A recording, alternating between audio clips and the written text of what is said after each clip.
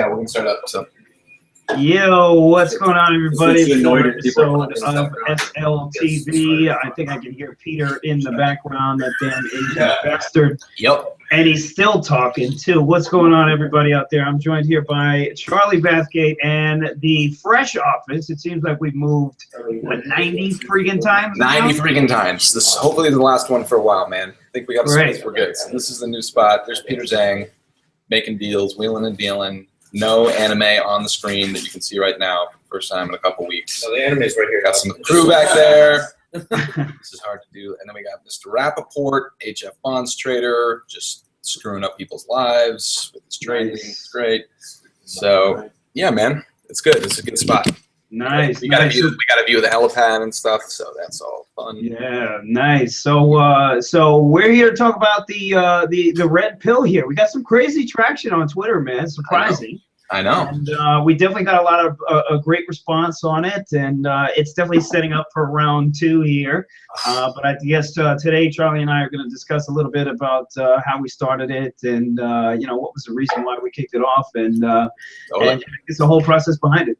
Yeah, man. So, I mean, the genesis of it for Lucci and I talking about it, we talk about this stuff all the time, Lucci, right? And I was reading this book by Ben Horowitz. It's called The Hard Thing About Hard Things. It's a pretty well-known book just regarding entrepreneurship, right? And the whole thing is, there's a million books out there where they're talking about these are the 5 steps towards being a successful entrepreneur. And you're just formulaic bullshit, to be honest. And Ben Horowitz of Andreessen Horowitz, extremely successful entrepreneur, venture capitalist, he just writes about his story, and he's just like, this is really what it's like. These are decisions you have to make. These are the positions that you're forced into, and it's very raw. It's very real. And I was just sitting there reading this. I'm like, it reminded me a lot of reminiscences of a stock operator, and I was thinking a lot about, I was like, Lucci could have written a lot of these words about trading, there's so much overlap between entrepreneurship and trading. And so that just got us to talking and saying, nobody really puts that out there. Nobody talks about the moments that you're going to have to face if you're a trader. And everyone gets marketed and sucked into trading as this idea of easy money or side money or whatever. But no one's telling everyone what they're really going to have to deal with, and that was kind of the point behind it. Yeah, definitely. I mean, to further your point, it's just book after book and, education class after education class. Now it's Instagram picture with, change your life kind of thing. It's motivational coaches shit. Right. It's all kinds of nonsense out there. Ever since social media hit the wires, I mean, it is just developed into a whole new kind of shape. And what you're saying about reminiscences, and when you go through each chapter of that book, you really get into not only the trading, which nobody ever talks about either, like specifics of, I was feeling short on this tape. I saw a lot of buyers. I saw a lot of sellers. Right. Like you get this really cool look at how trading works at the professional level. Right. And then you get the story behind it. You get the emotional story behind it. You get the personal stories behind it. Right. You get what was going on in his life, right. While he put on that trade. Right. And you get this whole landscape of what the hell is going on, which nobody puts that out there. I always try to do it in the post that I used to write. Right. So you could kind of get a little glimpse into what was going on in my life and all that kind of stuff. Right. But nobody merges those two worlds anymore. It's just, hey, trade this strategy because of X, Y, and Z, or do this to iron out, this process here, or it's completely the psychological aspect of it, and that's all you read. Nobody kind of puts them two together, and that's what we did. That's kind of what we're all about, right? I mean, it's like we don't look at it from a lifestyle standpoint, because when I think of lifestyle, I think of a guy on Instagram leaning against a Maserati being like, this is my lifestyle because I'm a trader, And when we talk about it from the intersection of trading and your life, it's like, how is the rest of your life relevant to your trading? There is a direct impact on what's going on outside of the markets on how you can actually deal with the markets, right? And I mean, one of the things that we were talking about, Luke, that we didn't put into the book that we could talk about a lot is the impact of trading on your relationships and vice versa. Right? Most of what you put in the red pill is about you and your individual experiences, sort of struggling with some stuff and realizations you had and looking at the big picture. But you didn't talk as much about, you know, XYZ time I got in a fight with my girlfriend and I started trading, you know. Right. Yeah, you know, and there was plenty of those times. And again, like, I think we kind of decided to, you know, feel it out. I think we kind of decided to push out sort of a PG, PG, as PG as we could on this particular, you know, this thing here. And I think the next step up is going to be those stories. Like, I have plenty, and you know, I have plenty from the loft alone, you know, just from trading those 2 years at the loft. Like, dude, I would come in, I would sit down either frustrated from the night before, some girl that I was talking to, or, you know, something that happened, or maybe I was out or something, some issue that happened that affected my trading the next day, or affected my attitude, definitely. You know, the food that I was eating, my health, for example.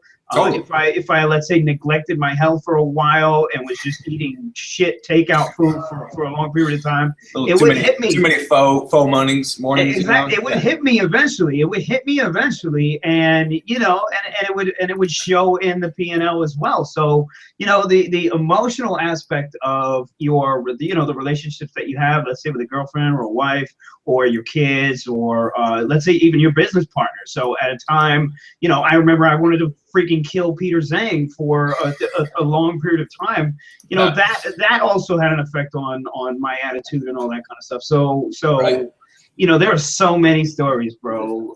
You know, daughter mother kind of thing, and all that I could have written out and pen, you know, put the pen to paper, and then all that stuff coincided with some crazy trade as well. Like, I remember we just hired an intern. His name is Zach Musso, and you know, he came into the office. I think he was there for like a week, and I was up 700 grand trading Amazon weeklies, and this kid was behind me. This kid was behind me. He was like right over my shoulder too, and I'm fucking yelling. Like, that day was crazy, and Peter was next to me like, yo, I don't know what the fuck we're gonna do. I looked at this. I hesitated for a second. There was no out. There was no out exit for me whatsoever, and I was married to that 700,000. And I was like, fuck, I gotta sell this. And that was when a P&L came down to like 200 grand. And I ended up booking the damn trade for like 100,000 and feeling like straight ass crack after that. You know, and Musso saw the whole thing. He didn't say a word. Luckily, he didn't say a word, because if he did, I would have fucking killed him. Well, and that's so, like, whenever we had someone new come into the loft, we had, you know, Pete and I would pull him aside and give him the speech about, you know, when a trade is on, and you will know when the trade is on because you can feel it in the room. You know, I mean, and the bigger the trade got, the more intense the electricity was, you know, in the room. So for a trade like that, it was just like this like thick energy, just, you know, sitting over everyone. No one's saying a word. You know, everyone is, besides you, like you're talking about. Everyone else is like, everyone's afraid, like, if they move like their arm or something, that somehow you're gonna like hit a button and like sell out of it. You know, that's how sort of intense the environment was. And we would give him the speech about, you know, talk, you know, to Lucci in the middle of the trade. Don't distract him. Especially don't ask him, you know, say like, what do you think about, how does this look? How does this look? Because the psychology of it is so sensitive, and you can speak to it better than anybody. Your senses are so heightened that when you're looking at a trade, you're into it. If someone throws in like, hey, what do you think about XYZ? It's going to completely throw off your train of thought, you know, whether and what you think they might be implying or whatever. So yeah, and so people talk a lot about the trades, the big trades, and sort of the mechanics of, I had this percent of, you know, open interest, blah blah blah, but they don't talk about what it felt like to be in the room, and how the emotions, you know, funneled into. There's no setting. There's no setting behind it. There's no, you know, there's no story behind it. There's none of that stuff. And with us, and you know, with the office that we have now, it's obviously advanced to a lot of different settings for us as well. I'm trading out of my house right now, kind of away from you guys, but the dynamic that, you know, when I was trading there and how it affected the whole room. You guys would have meetings or something like that, but you knew I was in some heavy shit where I was down like 200 grand. It would affect the mood in the whole loft, in the whole loft. Place, you know, so those little things like nobody ever throws out there, and it's akin to you know, starting your own business, and you know, 100%. just like we're doing as well. Like, guys, it's not just trading here. You know, we have several businesses wrapped up under the Sang Lucci name. Right. And becoming an entrepreneur, working with people, managing these people, understand how each people tick. You know, it's a whole different world when you add in all of that. Right. And honestly, it makes trading a much more colorful story and a much more colorful narrative than what you're seeing, you know, in most of the books that you read out there. Yeah, I mean, you and I are firm believers in the same thing, that if you're gonna learn something, like, you try and make it as, there has to be some entertainment factor to it, right? I mean, the more the books that I feel like I've really gotten into and learned a lot from, a lot of them have been something where you're just getting into the guy's life story, you know, just like what we were talking about with Ben Horowitz and, you know, The Hard Thing About Hard Things. Like, that's how you really learn, you know, it's the biographical side of things, I feel like. And so interlacing, what we try to do with the Red Pill is just interlace, you know, your trading stories with, like, what is going on outside of, you know, the markets while those things were going down. How did that affect it? And then how do you manage that? And that's like, that is the hardest part. And that's also the hardest thing to teach, you know, and we talk about it all the time. Like, we teach a lot of the psychological aspect of things and, you know, finding the balance and whatnot, but how do you teach someone to find balance in their life? You know, I mean, like, especially over a webinar, like, you know, remotely, or, you know, when they're just logging in on their own time. It's a very difficult thing to do. You know? Definitely. And everybody out there who's having issues actually pulling up the TV, try hitting refresh, guys. Everybody's on Twitter. Just go ahead and send us your comments whenever you get a chance. So yeah, man, I mean, again, like, you can't teach that stuff. You can't teach that stuff at all. But there's a dope narrative that can be written in a book that, you know, can give people a window into this world. I mean, I don't try to sit there and teach somebody how to achieve balance or whatever. Like, you know, you want that kind of stuff. Like, you're going to pick it up on your own, or you're going to sit there and get a life coach or whatever. But these people, to me, are useless, are completely useless at the end of the day, because it's still you that has to walk through that door. You have to do it. Yes. It's still you that has to motivate yourself to do something that you wouldn't normally do. It's still you that has to change the bad habits that you have. It's still you that has to do all this shit. So whether you get an ass kick from a life coach, or whether you get it from something crazy that happens in your life, you know, whatever the deal is, you know, that's what's going to motivate you to become great, you know. And that's what I think we tried to accomplish in the book, was just to put out the reality to people, right? And we said, you know, I'm not going to ruin sort of the whole conclusion of everything and the epiphanies that you kind of drop on people, but one of the conclusions of the book is that, like, you got to do it yourself. You have to step up. You know, like, there's no way that we can, just by reading an ebook, that you're going to get to some level of self-mastery, right? Like, it's a completely useless exercise if your head isn't in the game, you know. And I think that's just something that people, whether it's entrepreneurship or trading or whatever, they just don't, it's something that people run from, you know. They don't accept that they don't accept the responsibility that they have to take on. And it's not a fun thing to market. It's a lot easier to market the lifestyle. You know? Absolutely. And, you know, we see it time and time and again. But I think the traction that we got on this particular book show that there is a market for these stories. There definitely is a market for these stories, because it is missing, especially even in our own world, our own trading world, because it's all about the trade here, and it's all about, you know, are you making money? Are you losing money? That's what it's all about. Right. And nobody gets to see these cool stories that every one of these big traders have. You know, you take any one of these big guys, you know, that are slinging around $1 million accounts. They all have crazy stories of how they climbed the ladder and how they became the traders that they are. Right. And these are amazing stories. You know, and it's like, the bigger the trader gets. I mean, we go to Chicago and we're doing all the stuff that we do with the fund and whatnot. I mean, we talk to some guys who are insanely big traders, and it's like, the bigger the trader is, the crazier the stories they have, like the weird decisions they've made in their lives and whatnot. And that's another thing about trading that's interesting to me. I was talking to a guy actually earlier today, and he was talking about trading and entrepreneurs. Like, many traders at some point have had, like, a small arrest. Some of them arrest, but a lot of them had a small arrest. Like, they've had something in their past that sort of bumped them off the easy path of doing certain things. And so they have this it's sort of self-selecting, that they have this, like, problem with authority, right? It's a little bit built up that, like, They want to be independent, and they don't want to be within the system. They want to be outside of it, right? So when you have that sort of mentality and you're mixing it with the adrenaline-filled world of just pulling money out of the market, like the stories that you get out of it are insane. And that's one of the things that we talked about in the book. Like, we're talking about the chat, and now the chat's growing very quickly. Obviously, you got Wall Street Jesus in there. That's huge. Like, the information, the quality of information now with you and him working together is getting better and better. But also just like the size of the community and the number of people that are in there.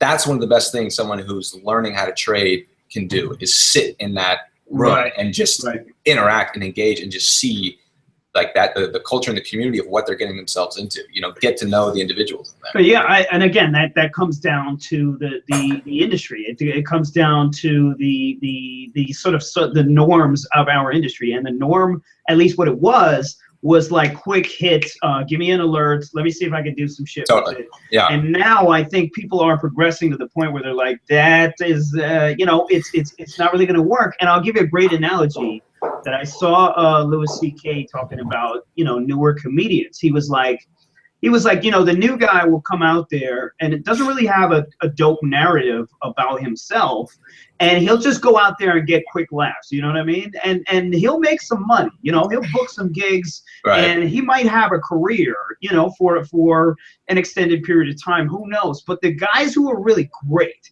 he's like, the guys who are really great, they sucked hard in the beginning. Like, they sucked horribly. And he was like, those are the guys that you have to watch. He was like, these guys bombed every single fucking night they got up. But the ones that you have to pay attention to later on, because they stuck it out, those were the guys with the sick narrative, and they became great. You know what I mean? And they became fucking great. And they became the comedians that you were quoting for the rest of, you know, for the rest of your lives, basically. And it's similar to trading, man. It's very similar to trading. That's exactly the same as trading. Yeah, exactly. That particular analogy is it's like the guys who are, you know, are really took to it well, had the patience, stuck with it, even in the face of adversity. You know, like myself and many other traders out there. You know, those are the ones that came out with that story. Those are the ones that really made money, that was life changing. You know what I'm saying? Well, I mean, you got to pay your due. You have to pay, like, you have to learn, right? And there's no playbook, right, where you can just learn the stuff safely and without coming in and losing some money. You're the one that you're always telling everybody, like, you got to pay your tuition in the markets, right?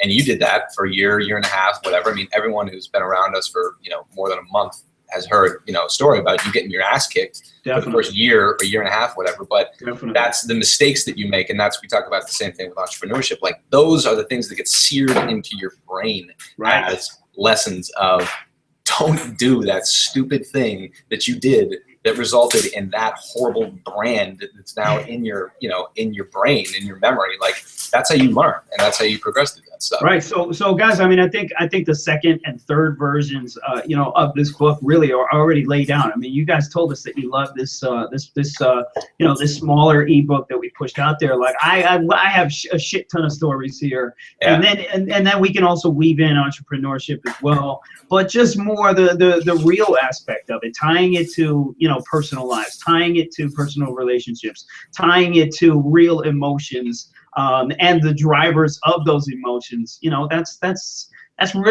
really where we want to write about. And I think, you know, we started off well with this red pill.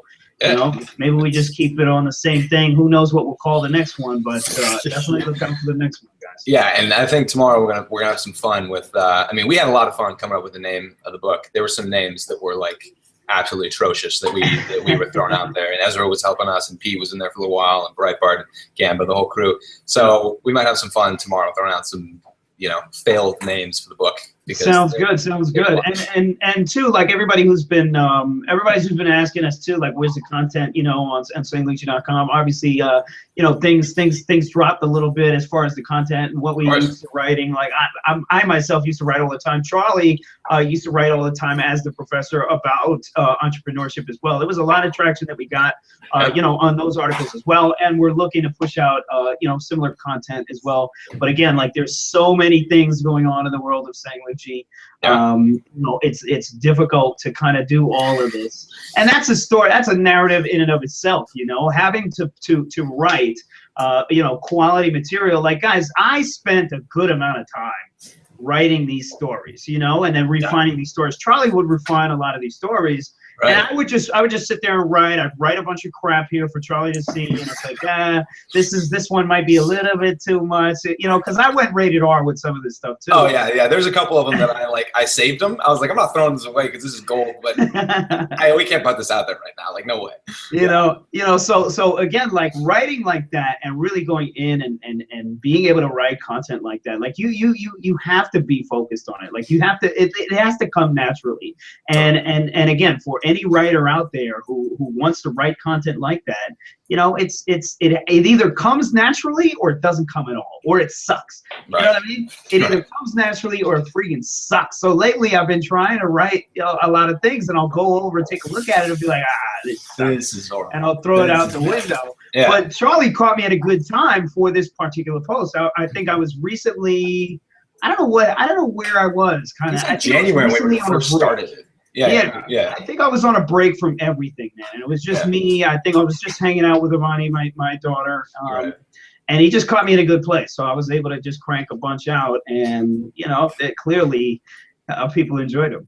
Yeah, man. And so, guys, like we said, this is fun for us. We had a good time doing it. It seems like, you know, people enjoyed it. So hit us up in any way, Twitter, you know, contact at sanglucci.com, whatever it is. If you have something there's a story you want to hear. I mean, we're probably going to do a version of this where we get some of the guys that we know, traders who have zero public presence, right? Guys who are, you know, traders who, you know, the Twitterverse doesn't even know about, right? Who we talk to, but get some of their crazy stories in there. Get some of the, you know, the well-known people that we know on Twitter and get them in there. So if you guys have someone else that you're like, you know, hey, get so-and-so, see if you can get him to write something.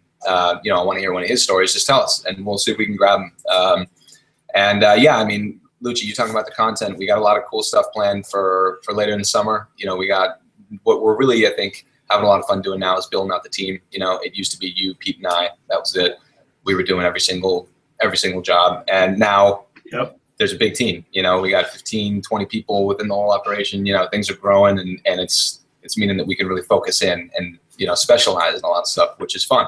Definitely. So, yeah, a lot of good things to come, guys. It's gonna be good. All right, man. So thanks a lot, Charlie, for joining. I will be back. In New York. I'll be surprising you guys. We have no idea. So by the way, we never had any idea of when Lucci's coming in. I'll come in and he'll just be like sitting at my desk. I'm like, oh, hello. I haven't seen you in 3 months. What's going on, buddy? I just pop in. That's how I roll, man. That's how I roll. Keep on my toes. With my trading too. Shit. There you go. All right, everybody. Thanks for joining. Anybody who missed the episode, we will store on YouTube and on sanglucci.com/SLTV. Thanks, guys. We'll see you next week for another episode. See you guys.